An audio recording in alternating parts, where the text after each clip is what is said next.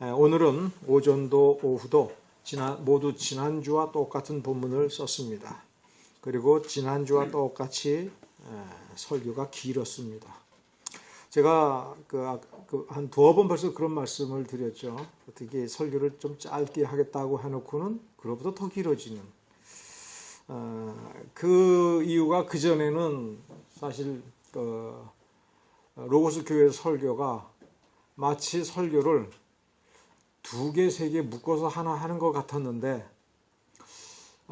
이제 좀 적응이 돼가지고 이제 한 편 설교를 이제 할 수 있겠다 싶어서 그러면 좀 짧게 할 수 있겠다 싶었는데 로고스 교회에서 지금 보면 우리 교회가 설교밖에 없지 않습니까? 우리가 복된 삶을 더 누리려면 좀 더 뭔가 열심히 배우는 것도 좀 있기는 해야 돼요. 그러면 교리 공부도 좀 해야 돼요. 교리 공부를 왜 해야 되냐면 말씀을 체계적으로 깊이 이해하는 데에 그런 원리들을 더 빨리 배우는 데 도움이 되고, 또 하나는 신앙생활을 하면서 거짓된 신앙생활에 나 스스로 빠져들어가지 않도록 내가 어떤 좌표를 좀 볼 줄 알아야 돼요. 내가 어디로 가고 있는가, 이게 바로 가고 있는가.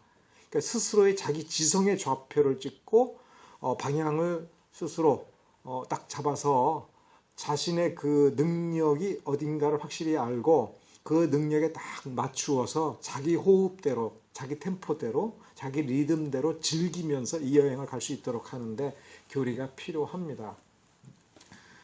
그런데 이 교리를 배우는 이유는 이렇게 좌표도 잡고 다 좋지만 진짜 이 교리가 살아있으려면 그 교리대로 살아봐야 돼요. 그러면 교리대로 살아본다고 얘기하면은 사실은 조금 생뚱맞게 느껴질 수가 있습니다. 근데 그게 생뚱맞은 게 아니라 교리는 말씀에서 나온 거거든요. 말씀에서 왜 이 교리를 만드느냐 하면 사람들이 잘못하기 때문에 그래요. 그러니까 이 부분에서는 이렇게 하면 안 돼. 이 부분에서는 이 부분에 대한 개념이 이렇게 명확해야 돼. 그러면 우리가 공부를 해보면 알지만 어떤 것의 개념이 명확하면 틀리지가 않아요. 개념이 헷갈리면 틀리는 거예요. 그래서 틀렸을 때는 어디로 빨리 가서 점검을 해야 되냐면 문제 풀다가 어디서 틀렸느냐 보다도 개념부터 잡아야, 그러면 이게 쌓이면 나중에 점점 더 탁월한 학생이 되어 갈 수가 있는 거거든요. 그러니까 그 개념이 잘 잡혔는지는 실제로 해봐야 돼요. 다른 교회에서 예배도 잘 드리고 교리 공부도 하고 성경 공부도 하고 교회에서 여러 가지 헌신도 하지만 결정적인 문제가 어디서 생기느냐 하면 살면서 그것을 삶에서 옮기는 일을 소홀히 하고, 심지어 프로그램 중심적으로 되는 교회에서는 그 프로그램에 굉장히 충실할수록 삶이 파괴가 되어버려요. 가족 간의 관계가 깨어지고, 또 교회에서 하라는 대로 필요한 프로그램을 열심히 하다가 보면 같은 교회 다니는데 1년 12달 식구끼리 앉아가지고 하나님 말씀에 대해서 함께 나누고 서로를 말씀으로 돌보아주고 그 속을 들여다보면서 함께 이게 하나됨을 느껴보는 그 기회가 너무나 없다가, 지금 심지어는 같은 교회를 평생을 같이 다니는데 그 청년은 청년대로, 부모는 부모대로, 그 부모의 부모는 부모대로 같은 교회를 다니면서도 나중에 보면 마치 다른 교회 다니는 사람 같아요. 같은 이해가 없고, 심지어 부모는 아는 찬송을 아이들은 모르고, 아이들이 부르는 찬송 저런 게 있었어, 저게 뭐야? 너무 낯설어서, 심지어 성경도 같이 못 봐요 이제. 그러니까 우리 세대까지만 해도 개역 성경 보고, 그 밑에 한두 세대 뒤에서는 또 무슨 표준 세번역 이런 걸 봐가지고 같은 성경을 보지도 못하는 일이 벌어집니다. 문제의 핵심은 살아보는 거예요. 그래서 사실 로고스 교회처럼 말씀을 예배 시간에 말씀을 좀 충실하게 하고 다른 거 빼고 일단 그 말씀을 실천하면 살면서 그 말씀이 살아있음을, 그리고 이 말씀이 어떠한 것임을, 그리고 말씀을 본인이 묵상하고 실천하면서 그 말씀이 문자적 말씀에서 삶으로 표현되고 표출되는 말씀, 그러면 그 속에서 살아계신 하나님을 더욱 깊이 볼 수가 있는 거거든요. 그것이 가장 근본적으로 그런 요령을 우리가 다시금 깨우쳐야 된다는 점에서 말씀을 좀 더 충실하게 그 한 편의 설교를 한 편 같이 하되, 그 생각은 짧게 하고 싶었어도 조금 더 설명을 좀 더 해야겠다 하면서 이게 길어진 거예요. 이건 역시 좀 미숙함이라고 하는 것을 이해해 주시기 바랍니다.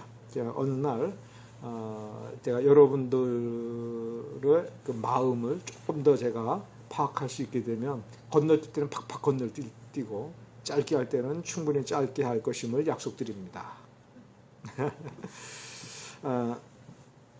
오늘 그 여호수아서를 같은 본문, 지난주에 같은 본문을 또 보게 되는데, 여기에 매우 중요한 뭐랄까 문구가 아니라요. 문구가 아니에요. 진짜 이 1장에서 여호수아서 1장에서 진짜 중요한 것은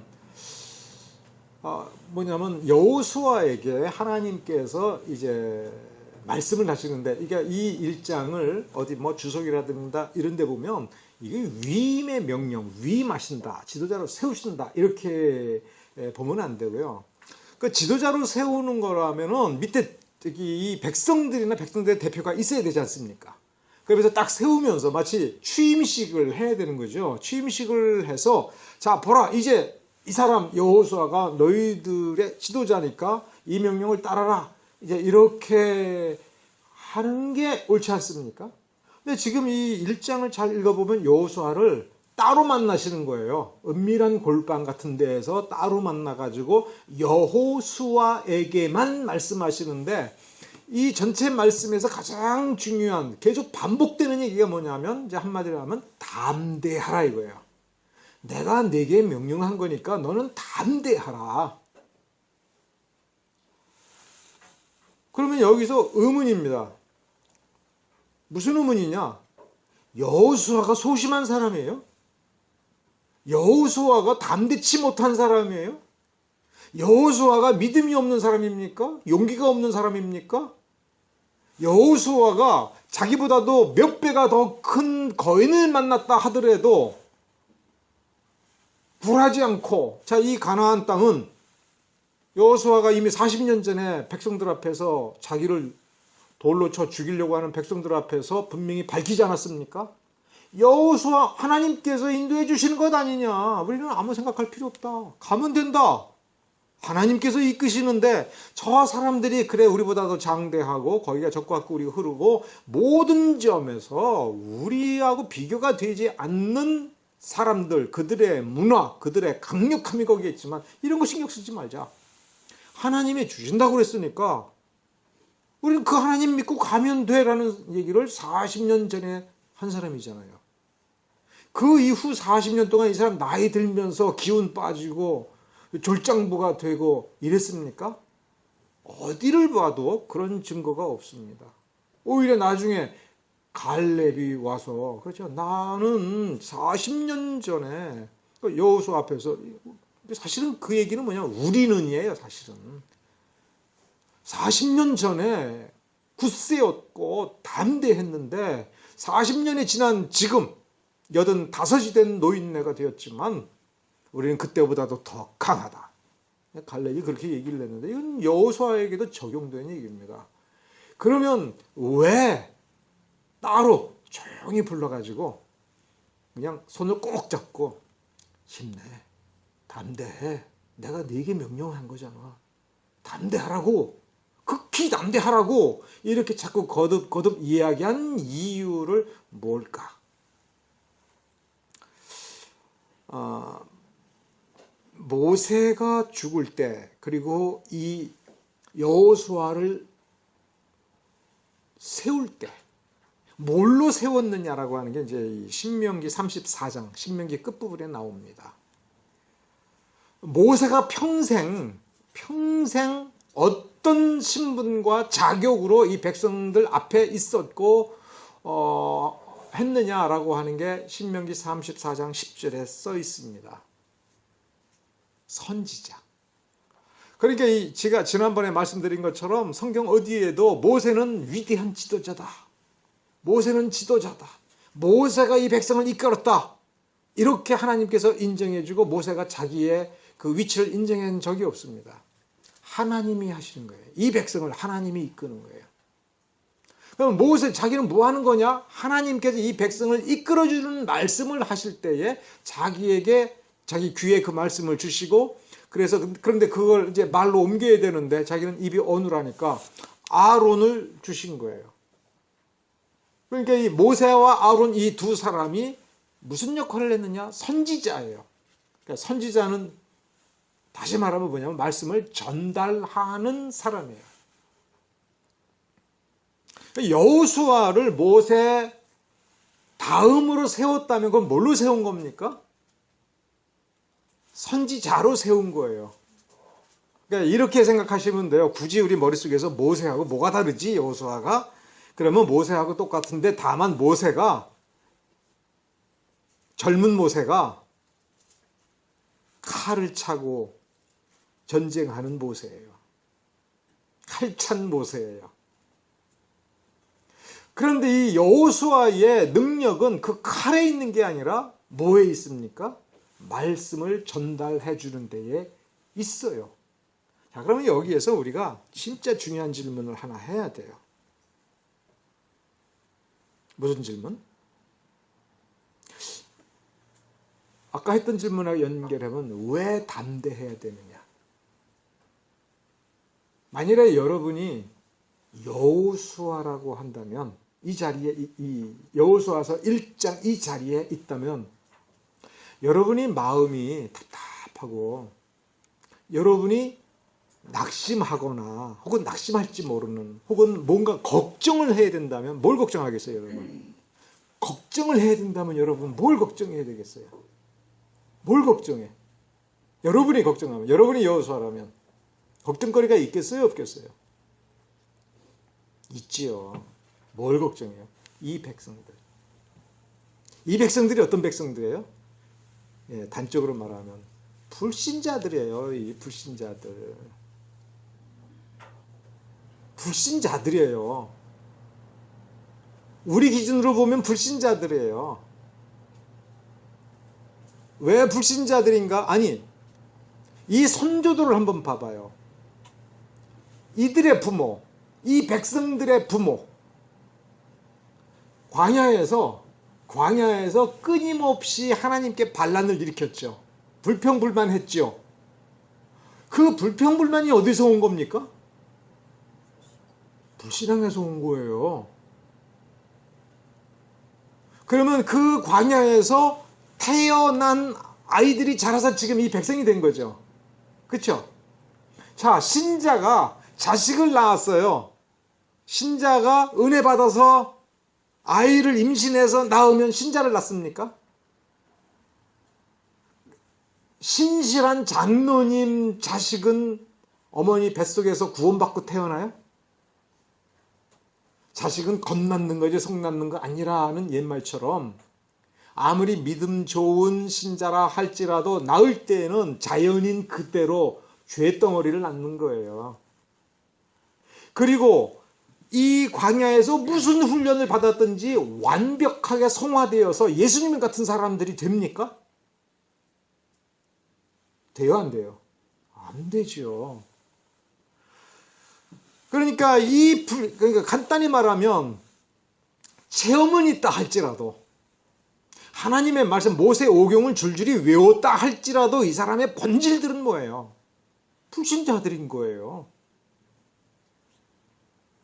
자, 어렸을 때 그 신명기 말씀대로 할아버지가 혹은 아버지가 자식을 낳았어요.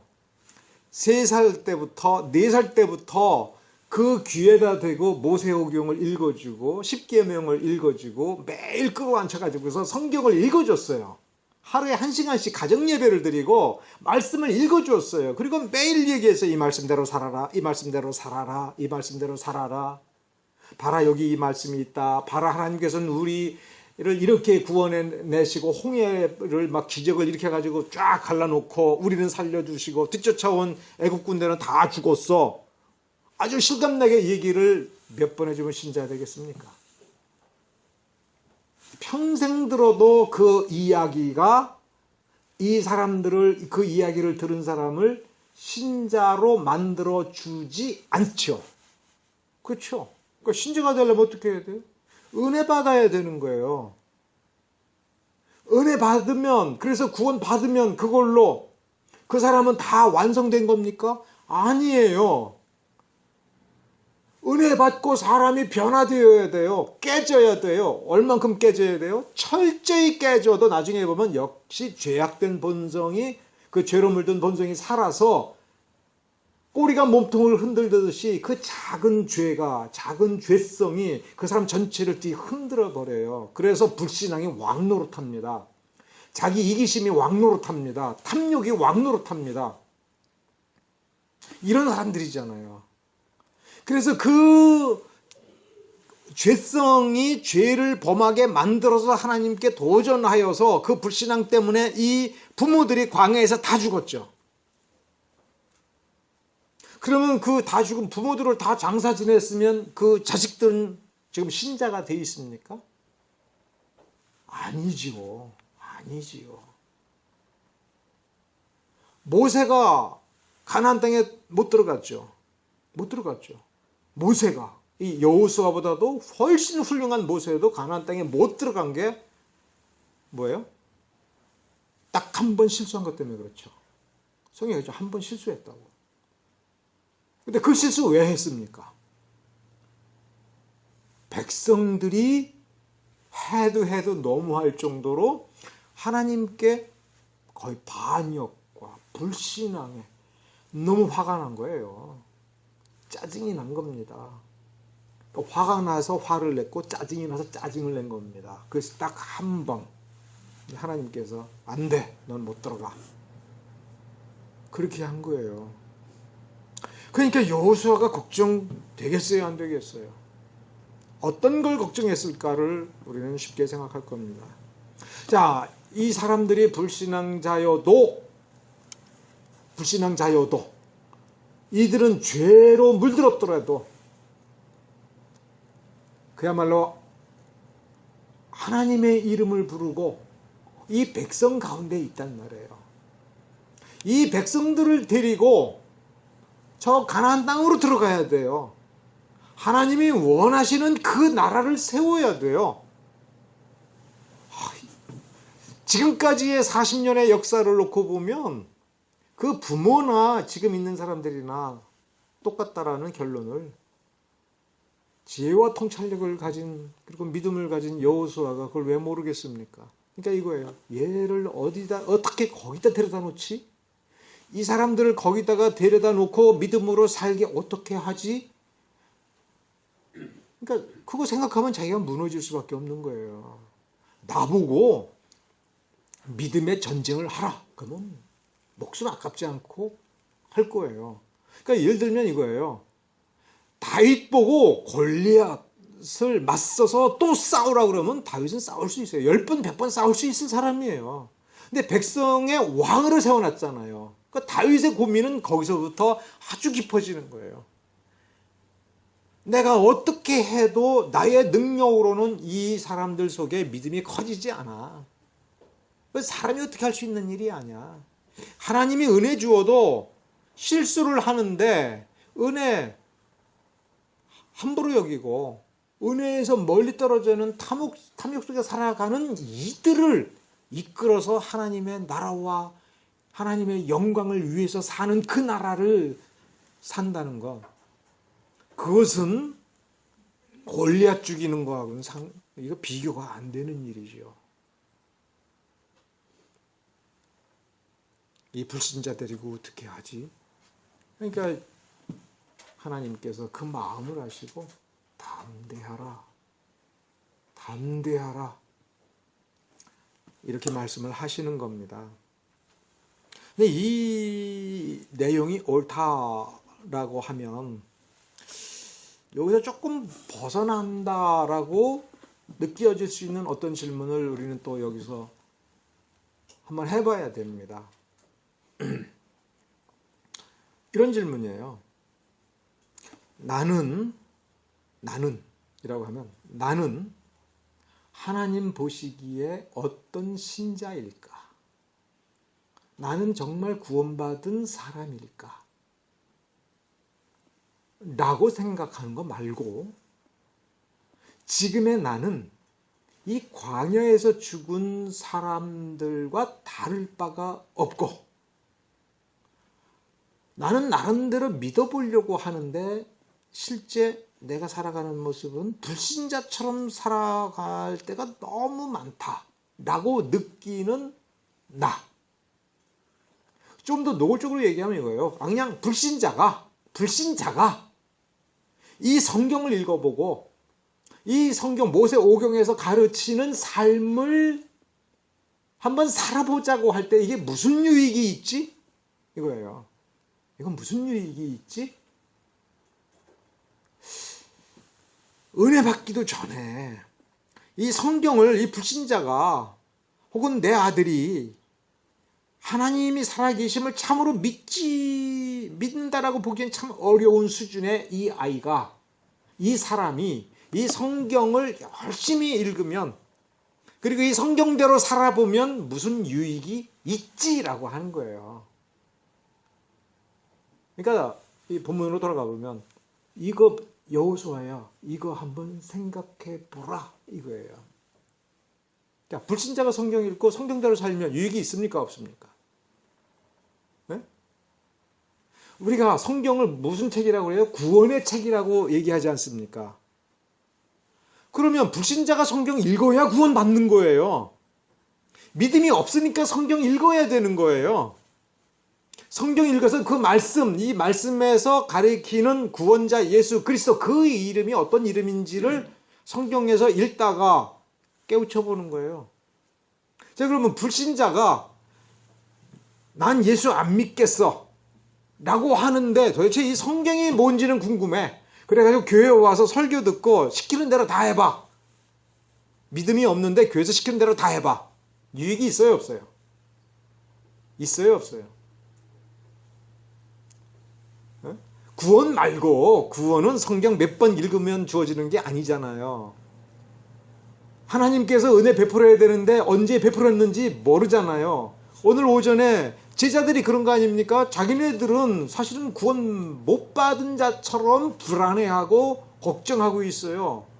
예수님이 없어질까 봐 예수님 못 보게 되면 이제 어떻게 사나? 우리에게 있는 능력은 어떻게 되는 거지? 없어지는 거 아닌가? 불안해한 거예요. 불신자같이 고민한 거예요. 그 불신자랑 마찬가지예요. 그러니 예수님 십자가 달려 돌아가실 때 저주하며 예수를 부인했지. 저주하며 예수를 부인하는 사람이 신자입니까? 불신자입니까? 우리 기준으로 분명히 불신자입니다. 그러니까 성경을 읽어야 구원받아요. 세상에서 아무리 잘 살아도 아무리 많은 축복을 받았어도 구원 못 받으면 그거 소용없는 거 아닙니까? 살아서 풍요로움을 누리지만 죽어서 비참해지는 영원하게 비참한 운명이라면 그게 뭐 지옥의 불구덩이지 뭘지 떠나서 더 이상의 축복이 없는 삶이라면 죽음으로써 모든 축복이 끝나고 영원으로 이어지는 축복이 없다면 참 비참한 거예요. 왜? 우리는 그것에 대해서 말해주는 책을 가지고 있고 그것이 사실이라고 알고 있기 때문에 그렇습니다. 그래서 구원을 얻기 위해서라도 성경을 읽어야 되고 성경을 읽으면 구원을 발견하게 됩니다. 자, 그런데 이 구원을 떠나서 구원은 성경 몇 번 읽고 또 말씀을 얼마나 깨닫고 말씀을 얼마나 아는 거하고는 상관이 없이 하나님의 은혜로 주어지는 거니까 구원받기 이전 믿음이 없는 사람이 이 성경을 믿고 이 성경대로 살면 어떻게 되겠냐 이거예요. 죽을 때까지 구원의 확신이 없는데 예수를 구세주로 영접한 적도 없는데 성경대로 믿고 살아. 어떻게 되겠어요? 우리 증인들이 있잖아. 복 받고 살잖아요. 유대인들 복 받고 살잖아요. 자, 하나님께서 이 여호수아에게 이 백성들을 향하여 약속한 게 뭐예요? 가나안 땅 들어가서 그 땅을 차지하고 사는 거죠. 그렇죠? 이거를 우리가 신학적으로 혹은 비유적으로 요단강 건너는 것이 뭐예요? 구원이다. 죽음을 건너는 거다. 영적 구원이다. 이렇게 해석을 할 때 지금 요단강 건너갈 이 사람들은 믿음이 있고 영생을 얻는 거다. 이렇게 해석을 해버리니까 지금 여호수아가 무슨 고민하고 있는지가 안 보이는 겁니다. 지금 여호수아는 이 백성들을 구원시키러 가는 게 아니에요. 하나님께서 아브라함과 이삭과 야곱에게 약속한 것. 그거는 이 땅에서 사는 거예요. 가나안 땅에서. 잘 먹고 잘 사는 겁니다. 이 땅을 차지하고 이 땅의 주인이 되어서 사는 거예요. 하나님께서 약속하셨지만 누구에게 약속한 겁니까? 아브라함과 이삭과 야곱, 그 후손들에게. 자, 하나님의 나라니까 여호수아는 이거 믿음이 있어야 되지 않겠느냐? 믿음이 있으면 좋지. 왜? 영적인 축복을 받으니까. 구원을 받을 수 있으니까. 그럼 믿음이 없는 이 사람들을 데리고 저렇게 갈 수 있느냐? 갈 수 있다 이거예요. 왜? 하나님께서 약속한 거니까. 구약 성경에 보면 살인하지 말라고 그랬죠. 도둑질하지 말라고 그랬죠. 내 이웃의 것을 탐내지 말고 약탈하지 말라고 그랬죠. 일꾼을 일시켰으면 그 일꾼에게 주어야 될 임금을 갈취하지 말라고 가르치죠.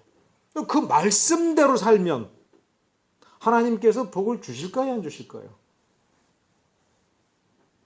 주시죠. 하나님의 살아계심을 모르는데 그 말씀대로 사는 경우가 있어요? 없어요? 있죠. 그럼 복 줘요? 안 줘요? 줘요.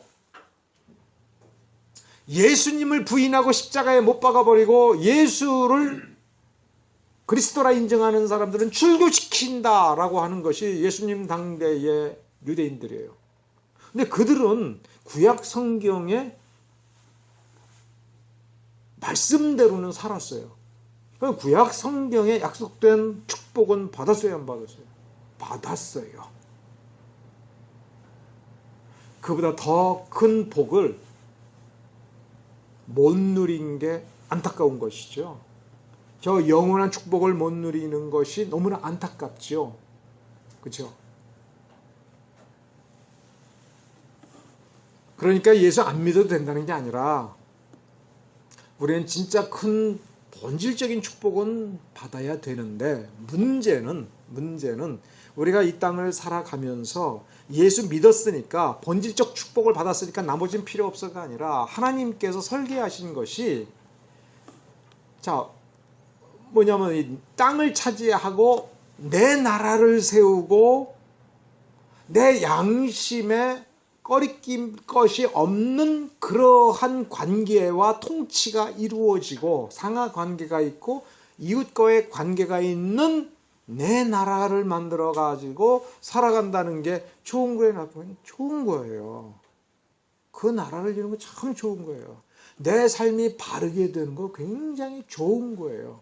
내 삶이 바르게 되고 다른 사람을 평화롭게 할 때에 그러면서 이 신자들이 뭘 드러내느냐 하면 하나님의 살아계심, 하나님의 원리, 하나님의 선하심을 드러내서 불신자들이 맛보게 하고 또 그들도 하나님은 못 느끼지만 나름대로 행복하게 살면서 참 바르게 살아야겠다라고 할 때에 그러면 그렇게 살게 만든 그 사람은 그렇게 만드는 것에 대해서 복을 받을까요? 안 받을까요? 받는다 이겁니다. 그게 얼마나 중요한지를 우리가 생각해 보아야 돼요. 우리가 이것을 사실상 생각을 해보지 못하기 때문에 우리 한국 교회에서 늘 알파와 오메가처럼 주장하는 게 뭐예요? 예수 천당. 그리고 복 받으려면 예수 믿고 구원받아야 된다. 끝. 여기서 끝나버린 거예요. 그러면서 누가 뭘 해도 그거 다 소용없어. 선행 소용없어. 베푸는 거 그거는 있으니까 이게 좋은 거니까 요 정도로만 하는 겁니다. 여호수아가 무엇을 고민했을까 한번 생각해 보세요. 우리가 그 사사기를 놓고 봐라. 사람은 쓸데없어. 사람의 능력으로는 이룰 수 없어. 하나님이 하셔야 돼. 이런 결론 내리지 말고 그 전에 여호수아의 고민이 이 사사기까지 쭉 놓고 보면 무엇이었을까? 이 광야에서 태어나서 학교도 제대로 못 다녀보고 깊이 앉아서 묵상하면서 신학을 발전시키고 신학적 지식을 갖추지 못할 이 사람들을 데리고 이 땅에 들어가서 이 땅을 차지하고 정복하고 이민족을 죽이는 것이 문제가 아니라 하나님을 영화롭게 하는 하나님의 나라, 하나님의 백성의 삶이 온전한 그 나라를 이룰 수 있게 되는 거예요.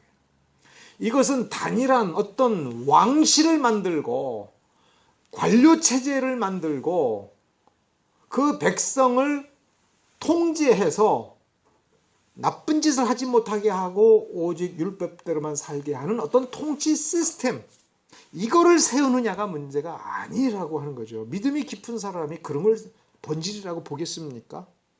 이들의 마음 속에서 하나님을 경외하고 그래서 마음 속에서 말씀의 통치가 이루어지는 회중들을 만들고 그런 부락을 만들어서 정말 어떤 나라를 이루는 그 모양새를 갖추지 못하더라도 이방 민족과 같은 왕국을 못 만들더라도 하나님의 말씀이 살아있고 그래서 하나님이 기뻐하시고 그래서 하나님이 임재하셔서 이 백성들을 통해서 하나님의 위엄과 영광과 강력하심을 나타내는 그 나라를 생각할 때에 도대체 이런 사람들, 이 광야에서 40년 동안 이미 검증된 이 인성을 가지고 인간의 본성을 가지고 그 나라가 어떻게 이루어질까? 다음 세대에 못 이루어진다면 그것은 그 전 세대인 나의 세대에 여기서 이 민족 전체를 향하여 하나님께서 선지자로 세웠는데 모세도 충분히 이루지 못한 그 일을 내가 어떻게 이룰 것인가? 어떻게 이룬다고요? 하나님의 말씀이 이룰 거니까 넌 걱정하지 마라. 하나님의 말씀이 이루시니까 너는 아무 생각하지 마라. 이 말씀대로 내가 이끄는 대로 너는 가자면 가고 서라면 서고 싸우라면 싸우는 거다. 그러면 매번 닥치는 그 일, 매번 만나는 그 말씀 가지고 씨름하다가 보면 그의 나라를 내가 이룰 것이다. 그러한 다짐을 이 여호수아에게 주시는 것입니다. 우리는 이 한국 사회에서 이 여호수아와 같은 책임을 가지고 있는 겁니다. 어떤 책임이요?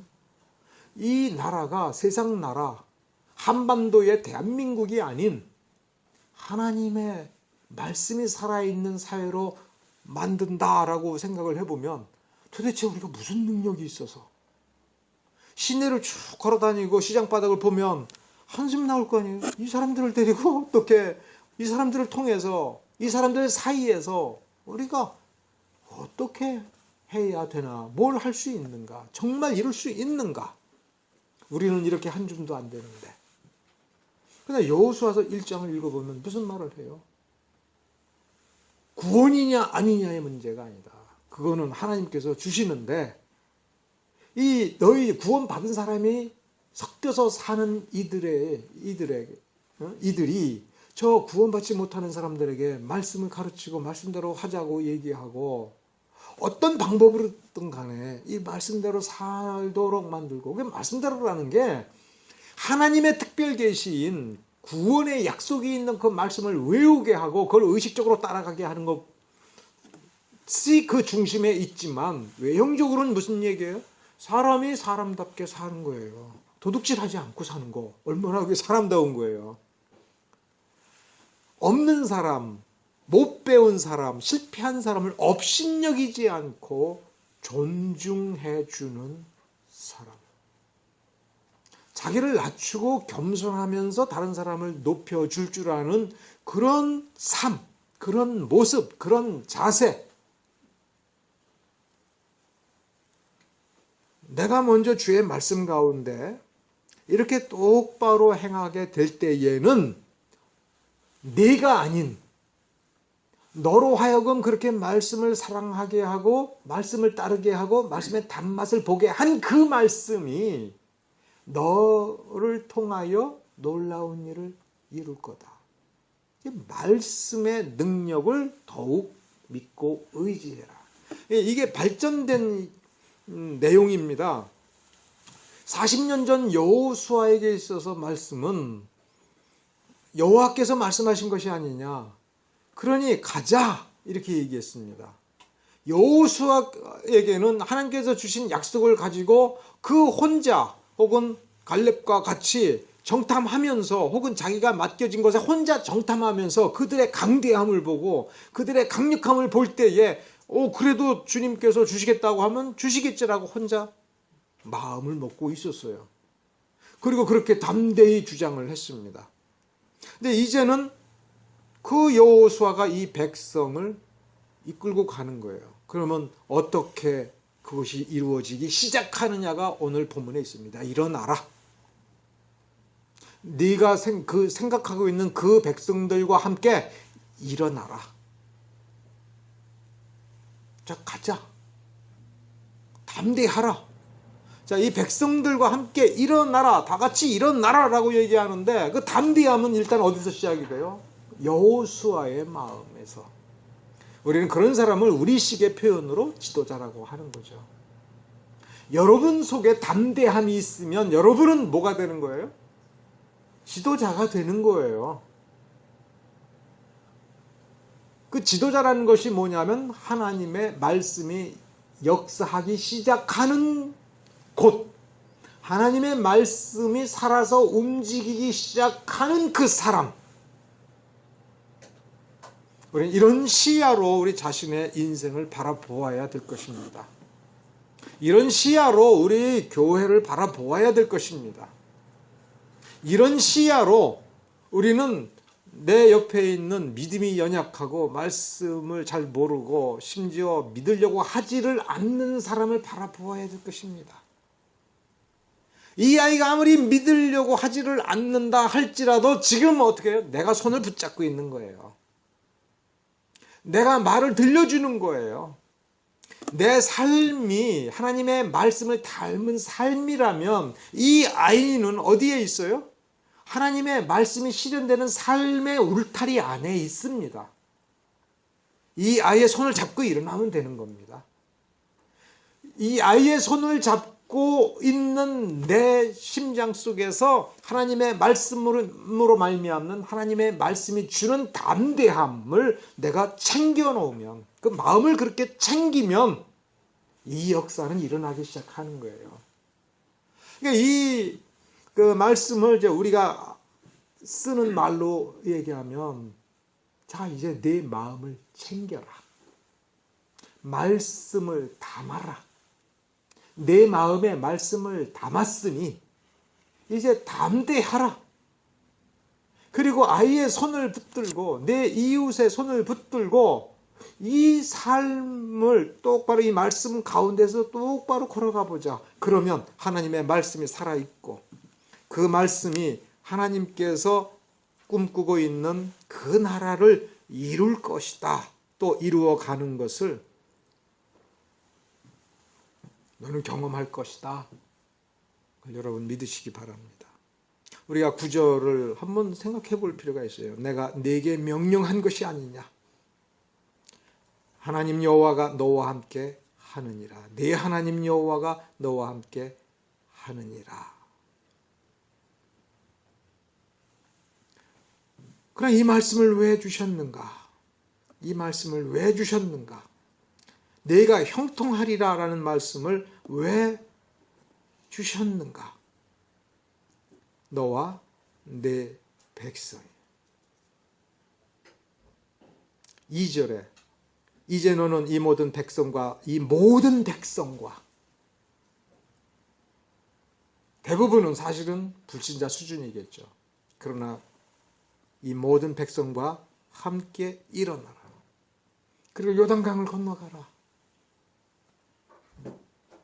그렇게 이야기하고 있습니다. 우리는 이 나라, 이 민족의 모든 백성을 우리가 이렇게 세우지 못합니다. 그러나 내 곁에 있는 내 이웃, 내 친족, 내 가족, 내 자녀, 그들의 손을 붙들고 일어섰고 또 담대할 때 내 심장 속에 있는 그 담대함이 내 손을 통하여 이 아이에게 주어지면 그것은 완성은 아니지만 위대한 시작이다. 그러니까 이 여호수아서는 진정한 의미에 있어서의 위대한 시작을 어떻게 하느냐를 우리에게 가르쳐 주십니다. 여러분은 이미 위대한 시작을 했습니다. 여러분은 이미 하나님의 말씀을 많이 알고 있습니다. 그러나 더 많이 알기를 원하는 건 너무나도 당연한 거지만 여기서 보면 그 위대한 시작에는 더 많은 지식, 그리고 그 지식이 충분하여서 뭔가 역사가 일어나기를 기다리는 게 중요한 것이 아니라 이 말씀을 신뢰하고 지금 담대한 거예요. 담대한 거예요. 날마다 여러분 담대하시기 바랍니다. 다른 건 몰라도 말씀을 조금밖에 몰라도 담대함을 어떻게 얻느냐라고 하는 그 비밀을 아는 여러분 되시기 바랍니다. 예수의 이름을 부르고 나는 예수의 이름을 불렀기 때문에 예수의 이름을 믿고 구원받았다라고 하는 것에서 끝나지 말고 그로 말미암아 내가 얼마나 담대해질 수가 있는지 내 마음을 어떻게 챙기는지는 나는 안다라는 여러분 되시기 바랍니다. 왜냐하면 어떻게 담대할 수 있느냐에 대한 비밀을 가르쳐 줍니까? 하나님께서 자 이렇게 하면 네가 담대해질 수 있어. 지금 이렇게 말씀하십니까? 아니거든요. 우리 마음속에 지금 좌절감이 있고 우울함이 있을 때 주님께서 오셔서 유일하게 하시는 말씀은 담대하라 이거예요. 네 마음 챙겨라. 물론 우리는 모를 때가 너무 많아요. 어떻게 해야 내가 마음이 담대해지지? 아무리 담대하려고 해도 담대해지지 아니할 때가 있어요. 그래서 우리는 주님께 엎드려서 울부짖으면서 제일 먼저 구할 게 이거예요. 내가 이제 예수의 이름을 믿고 예수가 나의 구세주임을 믿는데 내 마음은 아직도 이렇게 쪼그라들어가지고 어쩌질 못합니다. 주님, 담대할 줄 아는 것. 담대하에서 그냥 담대함을 주셔서 저절로 담대한 거 이런 거 말고요. 왜? 그럼 담대함이 필요할 때마다 담대함 주세요 하는데 오늘 본문에 보면 담대함을 얻는 방법은 뭐예요? 사실은 말씀을 붙들고 본인이 마음을 챙기는 거예요. 이건 스스로 터득을 해야 돼요. 주의 말씀에서 위로를 얻어보려고 하고 주의 말씀에서 담대함을 얻어보려고 하면서 아 나는 이렇게 하면 좀 담대해질 수 있구나. 좀 뻔뻔해지면 담대해질 수 있구나. 그럼 우리 좀 뻔뻔해집시다. 왜? 담대라고 하니까 그럼 명령대로 순종을 해야 될 거 아닙니까? 그럼 담대해야죠. 걸어갈 수 있어야죠. 사실 담대함이라고 하는 것을 가르쳐주지 않는 것. 어떻게 하면 내가 담대해질 수 있을까? 그 원리는 너무나도 단순하기 때문에 안 가르쳐주는 것이라고 사실 우리는 깨달아야 돼요. 주님께서 일어나라, 가라. 또 성경에 여러 곳에서 보니까 우리가 충분히 적용할 수 있는 그런 말씀이 있어요. 근데 보니까 지금 상황에 가야 돼. 그러면 가는 거예요. 그때 내 심장이 떨리더라도 가는 게 담대한 거예요. 왜 그러죠? 가끔 그 영화라든가 어디서 그 영화를 너무 믿으면 안 되지만 당신은 어떻게 이렇게 용감할 수 있었습니까? 그러면 딱 이게 시나리오 작가가 그렇게 썼는지 몰라도 늘 하는 얘기가 있죠. 사실은 나도 무서웠어. 그런데 해야 되는 거니까 그냥 했어. 어쩌면 지금 여호수아에게 그걸 압축해서 요구하고 계시는지 몰라요.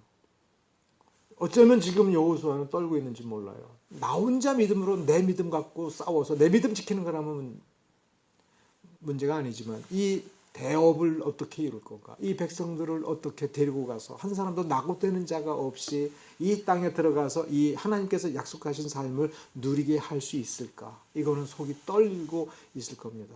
그러나 일어나 가라 그러면 그냥 가야죠. 어쩌면 여기에서 담대함이 있을 겁니다.